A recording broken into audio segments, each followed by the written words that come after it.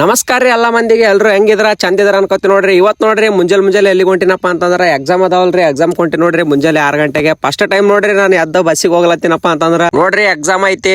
ಏನ್ ಬರಿಬೇಕು ಏನಿಲ್ಲ ಒಂದು ಗೊತ್ತಾಗ್ತಿಲ್ಲ. ಒಟ್ಟ ಎಕ್ಸಾಮ್ ಹಾಲಾಗ ಕುಂತ ಮೇಲೆ ಗೊತ್ತಾಗ್ತಾರ ಏನ್ ಬರ್ತೀವನಿಲ್ಲ ಅಂತ ಕೇಸಿ ಮನ್ಯಾಗ ಚಾ ಕುಡ್ದಿಲ್ರಿ. ಇಲ್ಲೇ ಹೋಟೆಲ್ದಾಗ ಒಂದು ಸ್ಪೆಷಲ್ ಚಾ ಕುಡ್ದ ಕೇಸಿ ಹೋಗ್ಲತ್ತಿ ನೋಡ್ರಿ. ಮುಂಜಾನೆ ಬಂದೇನ್ರಿ ನಾವು ಬಸ್ ಬರ್ತದ ಅಂತ ಹೇಳಿ ಕೇಸಿ ಬಸ್ಸೇ ಬರಲ್ಲ ನೋಡ್ರಿ. ಬಾಳ್ ಲೇಟ್ ಆಗಿ ಬಂತು ಬಸ್. ನಾವೆಲ್ಲ ಡಿಗ್ರಿಗೆ PUC ಗೆ ಹೋಗ್ತಿದ್ದೇವ್ರಿ ಬಸ್ನಾಗ. ಇವಾಗ ಮತ್ತ 1-2 ವರ್ಷ ಗ್ಯಾಪ್ ಆಗಿತ್ರಿ. ಇವಾಗ ಮತ್ತ ಬಸ್ಸಿನಾಗ ಕಾಲೇಜ್ ಬ್ಯಾಗ್ ಹಾಕೊಂಡು ID ಕಾರ್ಡ್ ಹಾಕೊಂಡು ಹೋಗ್ಲತ್ತಿ ನೋಡ್ರಿ. ನಮ್ ದೋಸ್ತರದೆಲ್ಲ ಅವಾಗ ಆ ಟೈಮ್ನಾಗ ಒಂದ್ ಆವಳಿನೇ ಇತ್ರಿ. ಇವಾಗ ನೋಡ್ರಿ ಒಬ್ಬನೇ ಆಗ್ಬಿಟ್ಟಿನಿ. ಮತ್ತ ಸೇಣಕ್ ಬಂದು ಬಸ್ ಚೇಂಜ್ ಮಾಡಿದಾರಿ. ಅದು ಲೋಕಲ್ ಬಸ್ ಇತ್ತು, ಅದ್ರ ಸಲುವಾಗಿ ಬೇರೆ ಎಕ್ಸ್ಪ್ರೆಸ್ ಬಸ್ಸಿಗೆ ಹೋಗ್ಬೇಕಂತ ಹೇಳ್ಕೇಸಿ ಚೇಂಜ್ ಮಾಡ್ಕೊಂಡು ಹೊಂಟಿ ನೋಡ್ರಿ ಬಸ್ನಾಗ ಒಂದ್ ಸೀಟ್ ಸಿಕ್ಕತ್ರಿ. ಮತ್ತ ಕರಿಗೇಬಲ್ ಇಳಿಬೇಕ್ರಿ.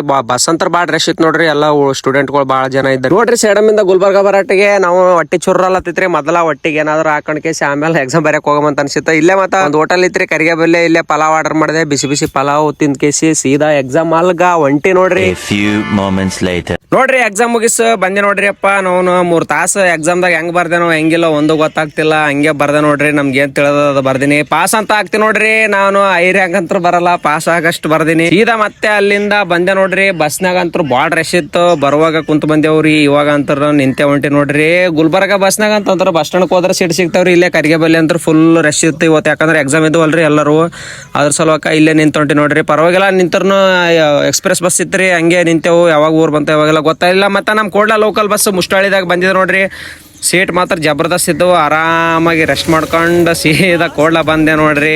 ವಿಡಿಯೋ ಮಾಡಿದ ಹೆಂಗ ಅನಿಸ್ತ ಹೆಂಗಿಲ್ಲ ಅಂತೇಳಿ ಕಮೆಂಟ್ ಮಾಡ್ರಿ. ಮತ್ತೆ ನಾಳೆ ಸಿಗೋಣ. ಎಲ್ರಿಗೂ ಹಾಯ್ ಹೇಳಲ್ಲ ಬಾಯ್ ಹೇಳಲ್ಲ. ಹೆಂಗ ಜೈ ರೈತ. ಲೋಕಕ್ಕೆ ಯಾಕೆ ಬಣ್ಣ ಹಾಕದ